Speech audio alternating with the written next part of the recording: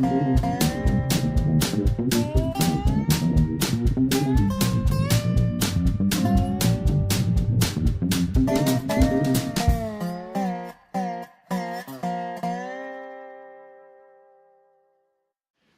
today, let's start with the farmer's market. I enjoy going to the farmer's market and collecting some peaches from Kerry's bar, and just wandering around talking to people and politicking a little bit. I have with me a small cucurbit. It's a squash that's rather different, and I just like to buy those little things. Now I bought this one because it has colours on it that are interesting and vegetative. So, okay. We went seed picking yesterday, and so I had several people. We had volunteers from that came in from Pittsburgh, so they're learning about the local ecology. So they've been around the little prairie, and they came to volunteer to go out to a prairie at Seymour, which is quite a good prairie, and reasonably undisturbed. She and Siggety and Michael Hurley, they're both from Pittsburgh. Kind of interested in them telling us what they know about the Prarie Peninsula. Goes right out into Ohio and almost to Pittsburgh. Pittsburgh's on the west side of Pennsylvania. So you have the Appalachians and you have the eastern forests, and they come up into Ohio, but there is sort of an edge between the Prarie Peninsula, and we should know more about our neighbors to the east, because people came over the Appalachians and moved west, and when we take 74 east, we're basically going backwards from the settlers coming west. Not all of them did that. Some of them went to New Orleans and came up, and some of them came from Canada and came down. But the rivers were important, and you've got the Monongahela and the Allegheny coming together at Pittsburgh and going on to the Ohio, which eventually goes to the Mississippi and out to the Gulf. The presence of steel there has made for quite a lot of immigrant input.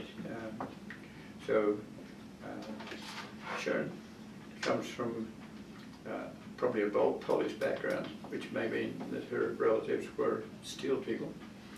And Mike Hurley's background is probably Irish, and the Irish were the first to go over the Appalachians. So they were interested in finding out what we have to offer, and we're interested in what they know about their territory and how it relates to us. Jim Sullivan is a freshman from the west side of Chicago. He has worked quite a bit with prairies and with restoration, and he's interested in the interface between humans and their ecosystems. He's working with NRS. Not everyone in the sustainability or rain garden or urban agriculture, you could call it, or urban horticulture, it goes through NRS. Some go through landscape architecture and planning, and there are two different colleges. One is more the control of art as a discipline, and the others are involved with agriculture. To some extent, if you're dealing with agriculture, you're in competition with the people who need the gene pool to provide their plants like soybeans, but they also need to grow the crops. So there's a little bit of conflict there between the people who want to do nature and the people who want to do nurture, by agriculture. Then Kim Campbell came along. You probably know as a beekeeper, and he sells honey at the market. And he came out, he's a board member on Heartland Pathways, and just that small group produced quite a bit of seed. Ceanothus, or New Jersey tea, has a little capsule that has 3 loci in it, and in those 3 loci are 3, or sometimes more than 3, very heavy little seeds. So we pick the seeds along with the capsules, and some of that will go to the 150 restoration to the east. Some of it will go to Prarie Monk, where they are in need of this particular plant because it's not been found quite so easy to put it into a row crop where they can harvest it with a combine. It was an excellent day, and I kind of enjoyed that. The little prairie we're at is very biodiverse and somewhat photographic. It's sort of thing you have to go to 1,000 times and you'll see it differently. Remember that this is a prairie that's not necessarily a static climate, but it also changes as climate changes, as water changes, as humans change their attitude towards it, as a certain bird moves in or a certain creature dominates. And one of the most disappointing things that we had there yesterday was that the Department of Transportation persists in mowing way onto our right-of-way, way beyond any property that they own, and they do it every year, and it really bugs the hell out of me. And I wish they would not do that. They, in effect, take out a whole section of our income. And if they did that to a farmer and took out the corn or the soybeans, they would be in strife. But the prairie weeds seem to be a target, and I don't really appreciate that. So discussing this whole corridor, we have 33 miles out that way, and 25 miles were initiated in the east, which is down the Kickapoo Trail, and Sierra Club got 37,000 there, so that's a boost. That helps us do things in other places. It says that the community is interested in doing this, doing a trail, doing sustainability of the organisms along the trail, trying to decide whether you have planning, including regional planning. How do you go from, for instance, from Monticello to Decatur? How do you go to Springfield? How do you go to Bloomington to Danville? How do you go from Monticello to Piment and down to Lovington and meet the Penn Central line that is partially bought for preservation purposes through Arcola and Oakland? How do we work with this? And I'll do is say something about regional planning a little later, but the topic comes up. The next thing I want to say something about is David Hayes, who's a professor of landscape architecture, has been working with Chris Carl, who has instituted an Urbana Land Arts organization, and they have a free-to-lay truck which they can load with visuals on the outside or the inside. And at the moment, David has gone west on the Heartland Pathways Trail from Lodge to DeLand to Weldon to Lane. It's a 14-mile trip, and he's taken photographs to the east and to the west. This is an east-west railroad line. It parallels Route 10. It's about 1/2 mile away from Route 10, so you have to move sideways a little bit to get to the section road. So he's gone to the section road and taken a photograph on it, east and west.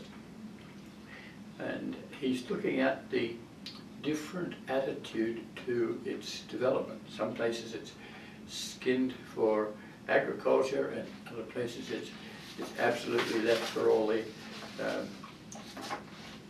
organisms that were there. Sometimes that includes weeds and trees that wouldn't normally be there, because we haven't necessarily had a lot of money to be able to manage the territory.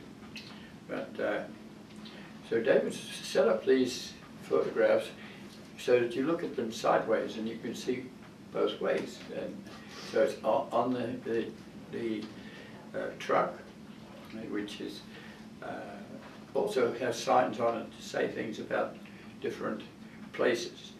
And I find it very interesting. It's small. You have to look at it. David is somewhat interested in some of the non-computerized things, so the alternative might be to have huge digital screens and show it. These are real. They're done on a copying machine, and you get an idea of each intersection.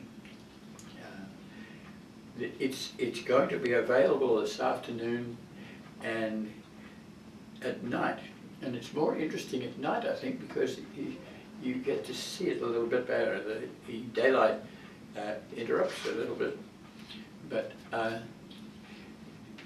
so each mile there's a photographic pair, and it raises the question of what is the ecosystem, what do you want to do with it. It was a main line in its day. The trains used to leave Champaign, go to Clinton, you go to Whiteheath, Clinton, down to Decatur, and back through Monticello to Seymour and then into Champaign. It was closed probably in the late 50s, and the vegetation has been growing quite nicely. So that was the line that was being investigated.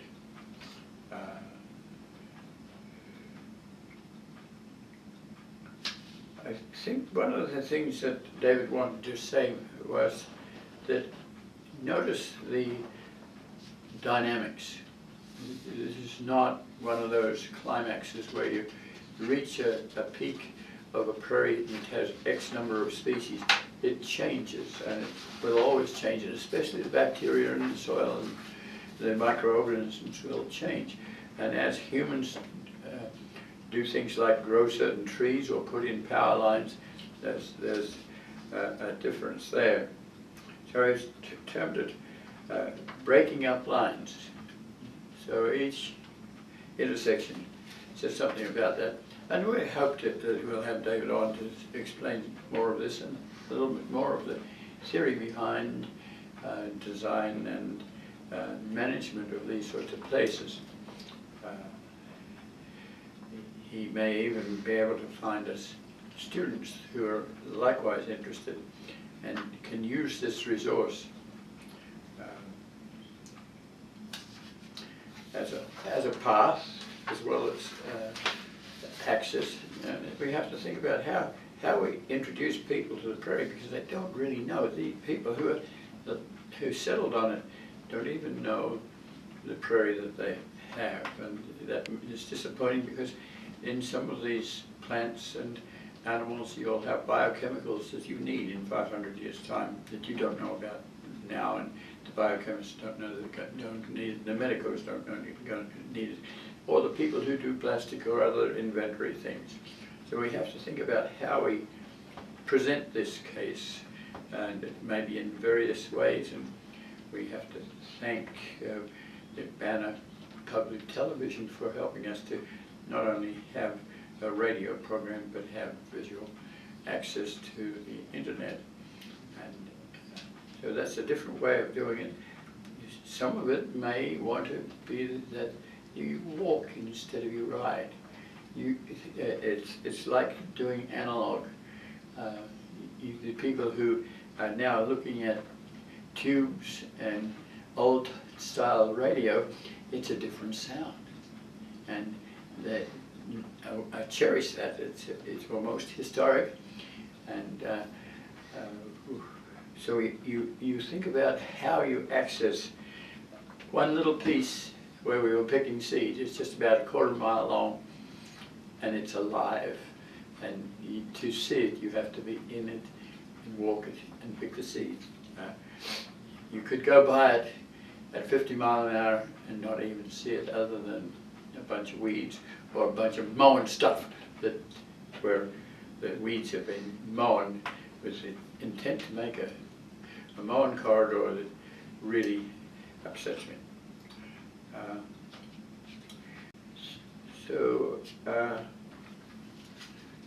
Let me see.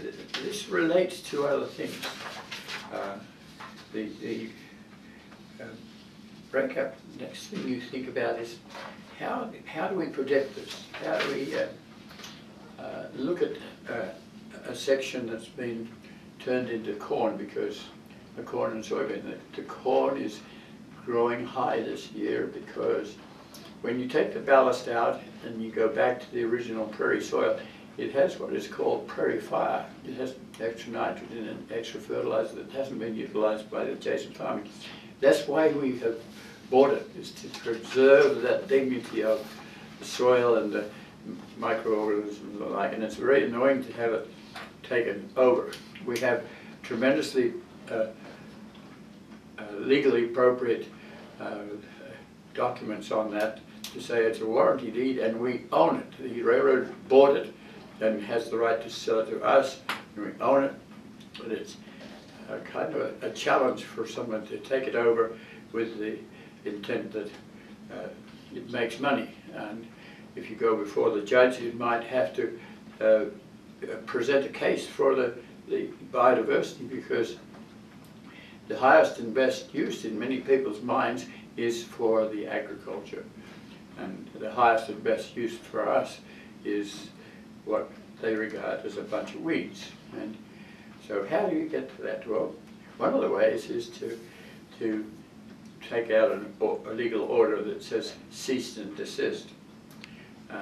That doesn't cost you all that much, but it doesn't satisfy all the issues.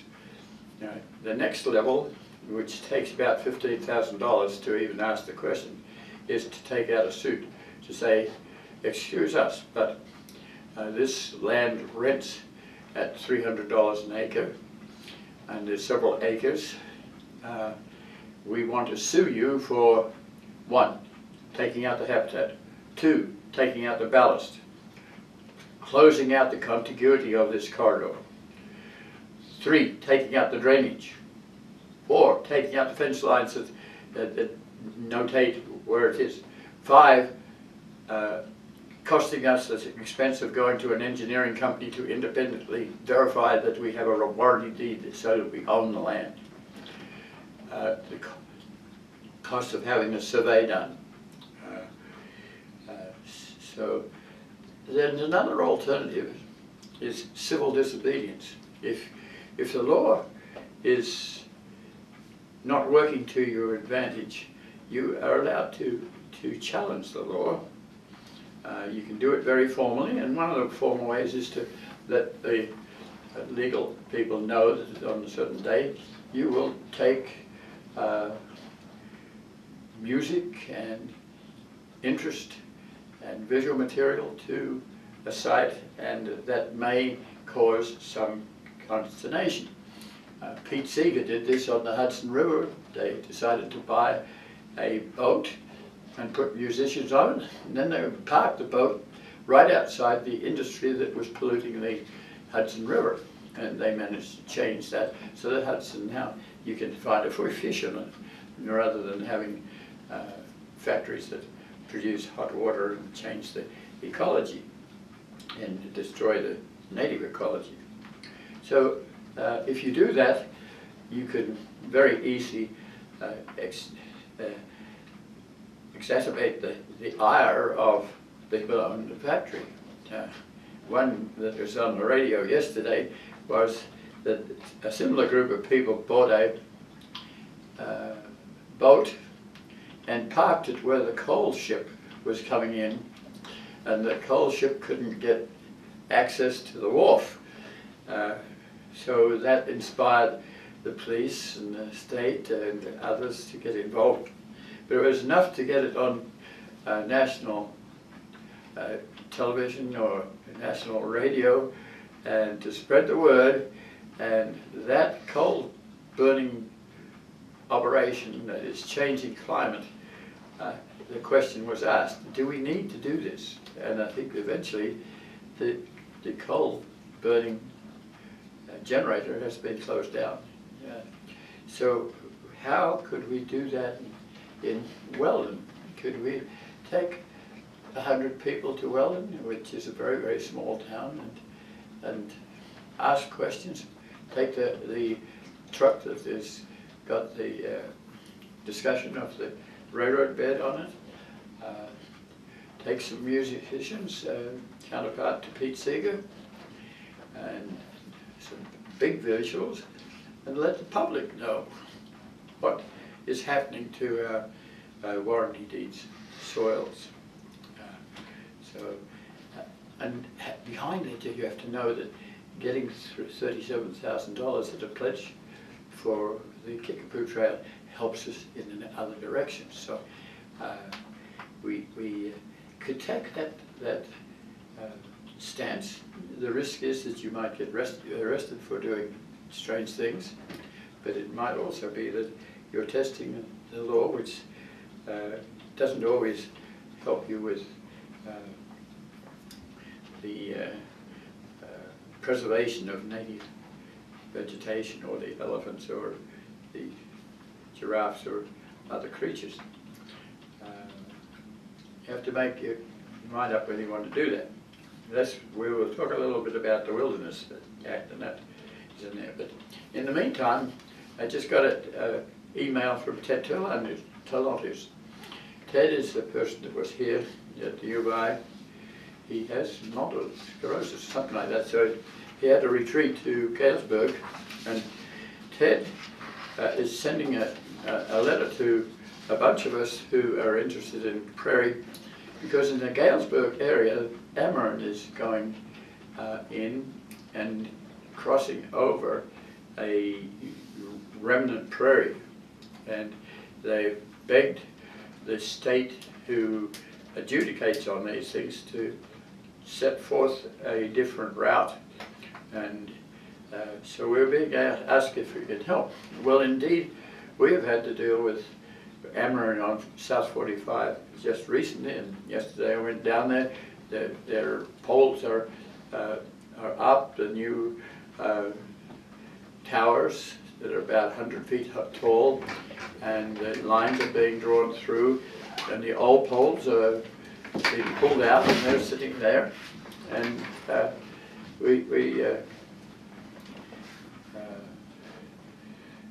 appreciate what's being done. We're hoping that when the towers are eventually worked over by the linesmen and they're finished, that the gravel will be removed from the prairie and will grow. So maybe we can tell Ted that we have had this experience of how we work with it at the senior level, staff planning and the right level, and at the workman level.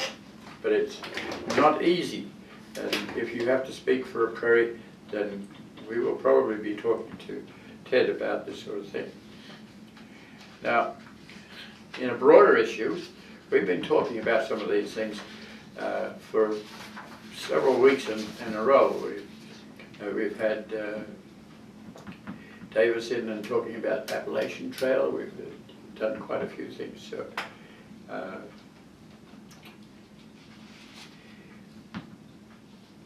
let's look at the Wilderness Society. Kind of before the Wilderness Society came John Muir. John Muir came to this country at the age of 11 from Scotland, and he came to Wisconsin. He had the family was fairly large. He had brothers and sisters, and father was fairly much oriented to them working to make things work in Wisconsin. Eventually, when he got age enough, he took off to Florida, and I think he walked to Florida, and then he eventually took a ship around through Panama Canal to California, and he got involved in the Yosemite area and the Sierra Nevada. He climbed its mountains, was very familiar with it, and then came a Hitchahatchee Dam, which was to close off the valley, which Muir thought was very wonderful. So Muir was born about 1868 in that area, so he was prior to the Wilderness Act. He lived up into something like the 1914s, but he did a lot to go to various presidents, Teddy Roosevelt, Harrison, I think Cleveland was involved. They were all very supportive. They would have Teddy Roosevelt to go out into the wilderness for 3 or 4 days to experience and how would they look at these sites. Muir's basic problem was that here were 4,000-year-old trees being harvested for wood, and you're never going to get them again. It wasn't an all lost situation, but it was pretty much that way. He was against the use and abuse, and he felt that people needed this open space to really live. And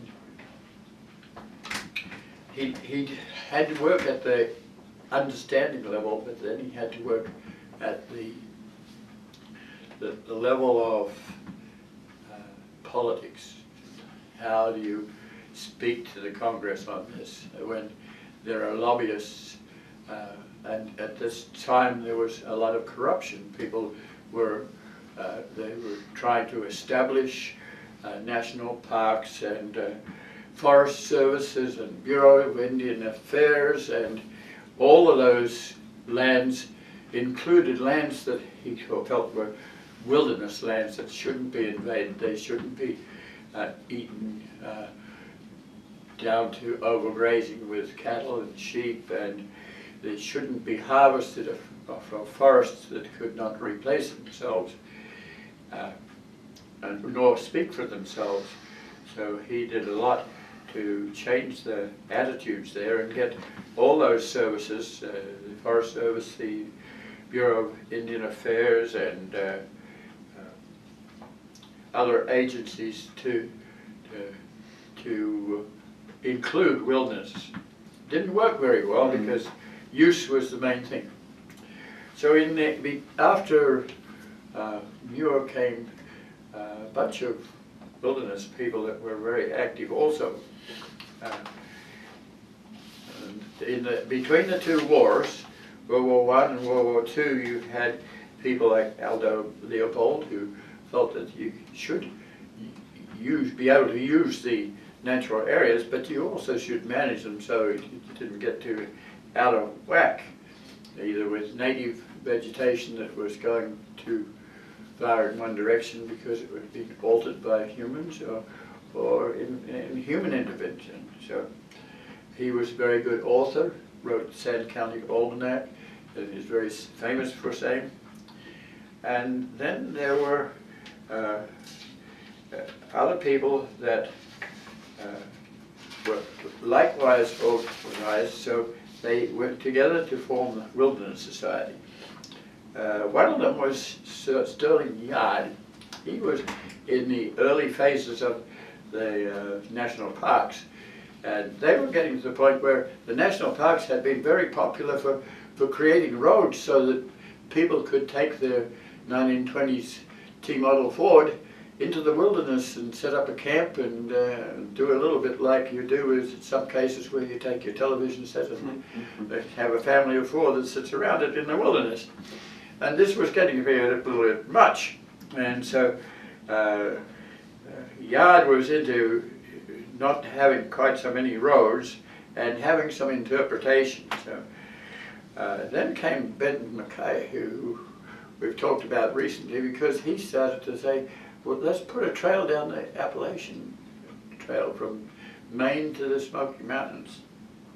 And so he's quite famous for doing that, because this time the commercial people were on the trail, or the trail would have to go through commercial territories, and it still does. But overall, they won, but these things have to go through Congress, and they're not easy to get through. And then there was a guy named Bob Marshall, who was a master at working with these issues and going to government and politicking and working with lobbyists who were often commercial users. Sometimes it was the conservation people who were concerned, because they would make money if they took over a park and put up a Dell's institution in Wisconsin, for instance. It got very popular and it made money, so the conservation people were almost their worst enemies in some cases. They could take over a natural area and kind of destroy it. So Bob Marshall would look at those sorts of things. And then there was another character that wasn't really part of the wilderness thing, but he went around saying that we needed parks and recreation. There were parks and recreation very much. People would play stickball in the street and on a vacant lot, or and often he felt that this was an anathema. Everyone should be able to play, and young people shouldn't get arrested for playing in the schoolyard after dark or things like this. He would look at young women and say every young girl should be a tomboy, because there was an era when young women were not allowed to do some of the things that young men did. So they should be able to play too. And not only that, but adults should be playing. Sometimes he thought that people who age because they don't play. They've forgotten how to play. And they live longer if they do know how to play. So parks became an issue. And that man's name was Joseph Lee. Well, they started their wilderness society in the 1930s. And then they went to generate a Wilderness Act. That act didn't happen until 1964, and at that time it was still painfully hard to get through Congress. So the first areas that were designated as wilderness areas were rather remote, so they didn't have so much opposition. But the whole principle was that you don't allow human activity like roads and air bases or boats to impinge on your natural area. Humans would be allowed to enter these wilderness spaces with a backpack, but they would have to bring out their rubbish with them, and no cars. So you can guess there was a lot of opposition to this.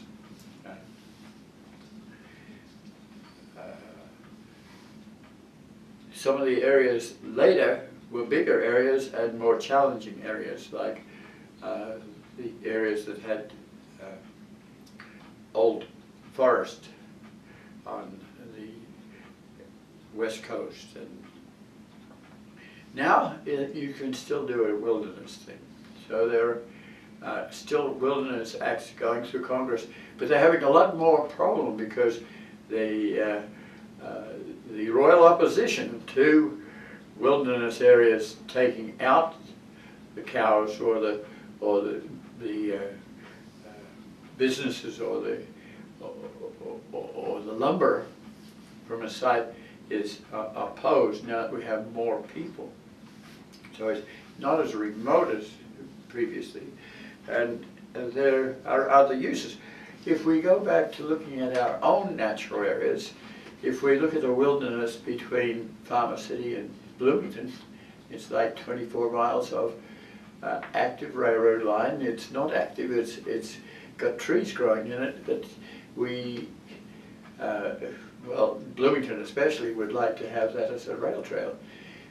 And there are like 1,500 rail trails, and they're very popular, and when the railroads want to take them back, they find they can't do it easily because people are up in arms and have 250 million signs and get on the radio and try to change the law. So the railroads are saying, no, we're not going to do this anymore. We're going to keep our line with its trees. We're not worried about the trees.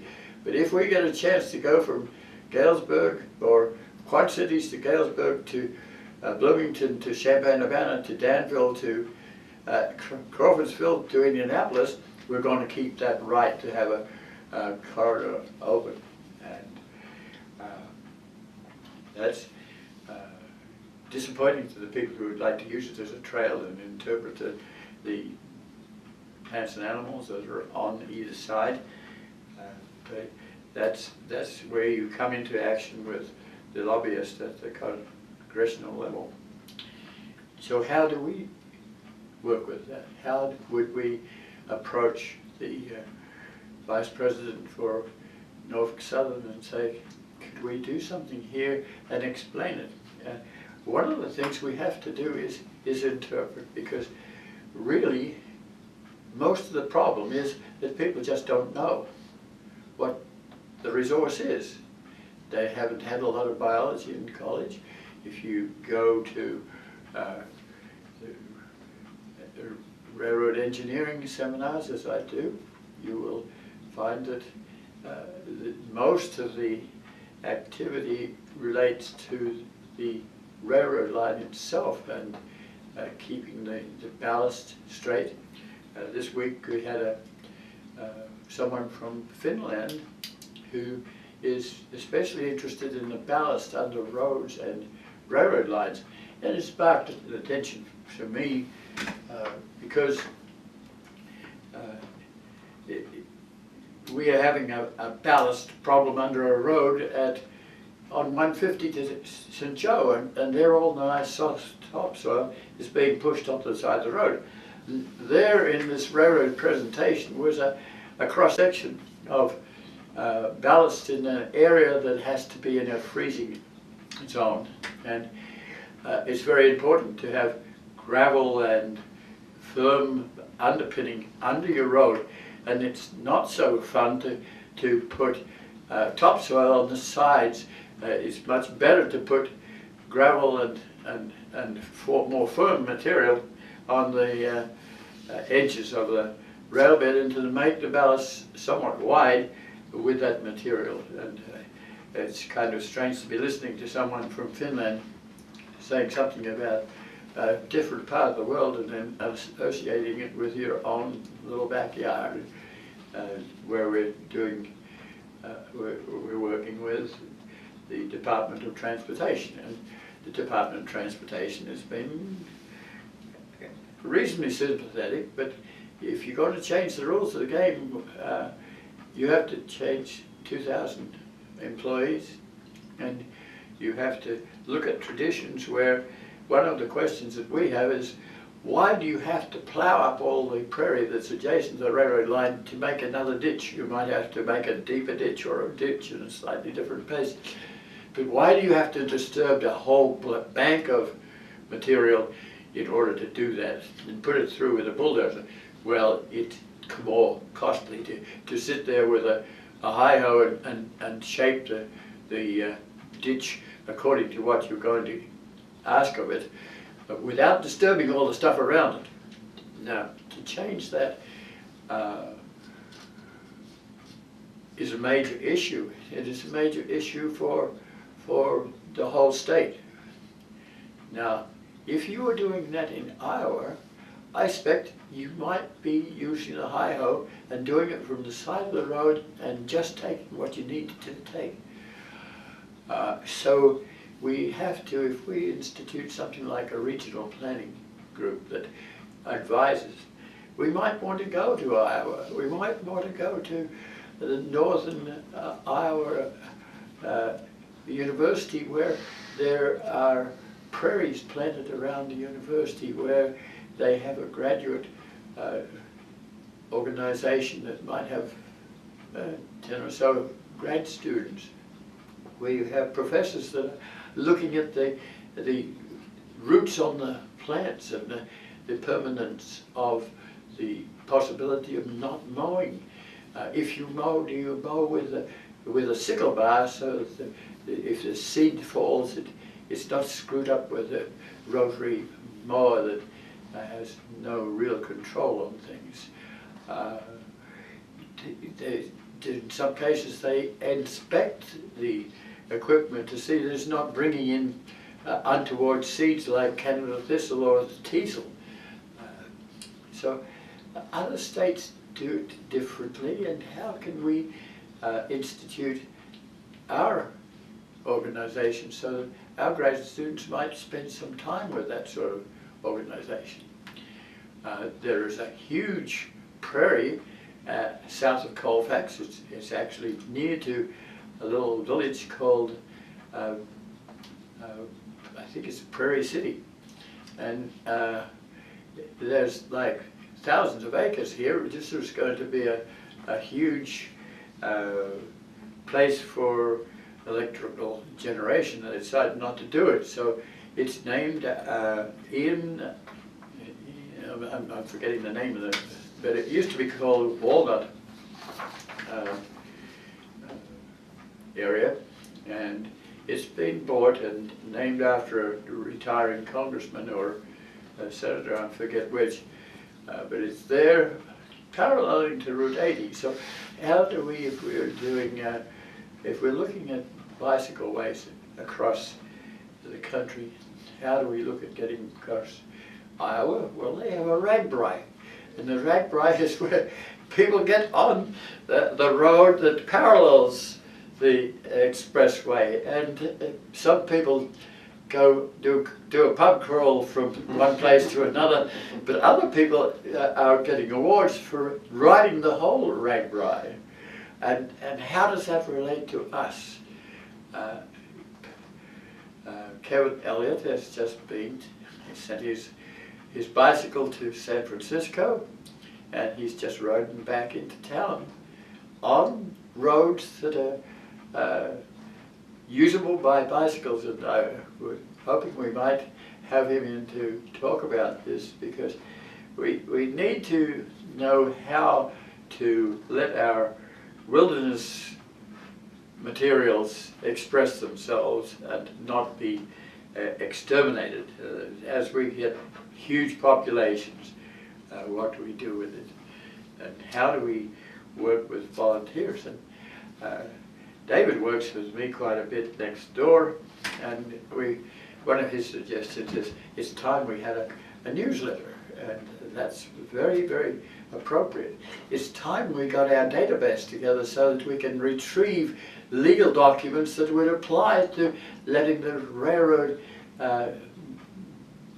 go down from Whiteheath across Shady Rest, across the Sangamon, up over the Mountain Creek, and up to Lodge to meet Norfolk Southern Line, where once or twice a year you might be able to do a circuit round from Lodge down to Monticello, then back to the Railroad Museum, to Whiteheath, and just have fun, and at the same time discover the organisms and the creatures that are there.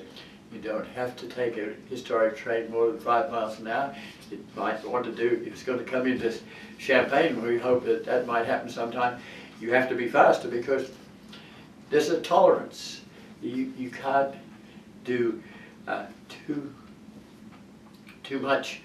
If you've got young children and grandmas there, it's 25 miles from Monticello to Champaign. By the time they've reached Champaign, the kids are asking Grandma, when's this going to finish? So you have to think about those things. Think about how you get into Decatur. We have a Route 72, but we have a old Route 47 going parallel. Can we put a stripe down that and put bicycles on it? And then I find out there's a guy in Decatur who's like the county engineer, and they've been striping all around Decatur. And so how do you get to St. Louis on a bicycle? How do you get to Springfield on a bicycle?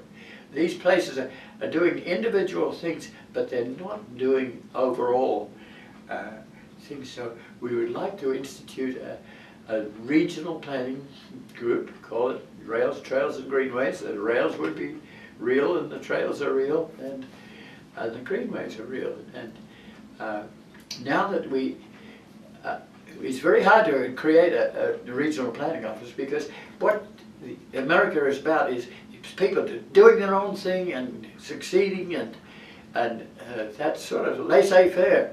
And to go in and suggest that there be zoning or something like that is an anathema. So how do we get over that? How do we say, for the better use of the public, we would like to have a trail to Clinton? Well, if you have been dealing with water and aquifers and polyvinyl chlorides, then we all of a sudden have a regional group that's looking at 15 counties and the 850,000 people who are using the water. So we have a group of people together in unison looking at something. So we need something like that for rails, trails, and greenways.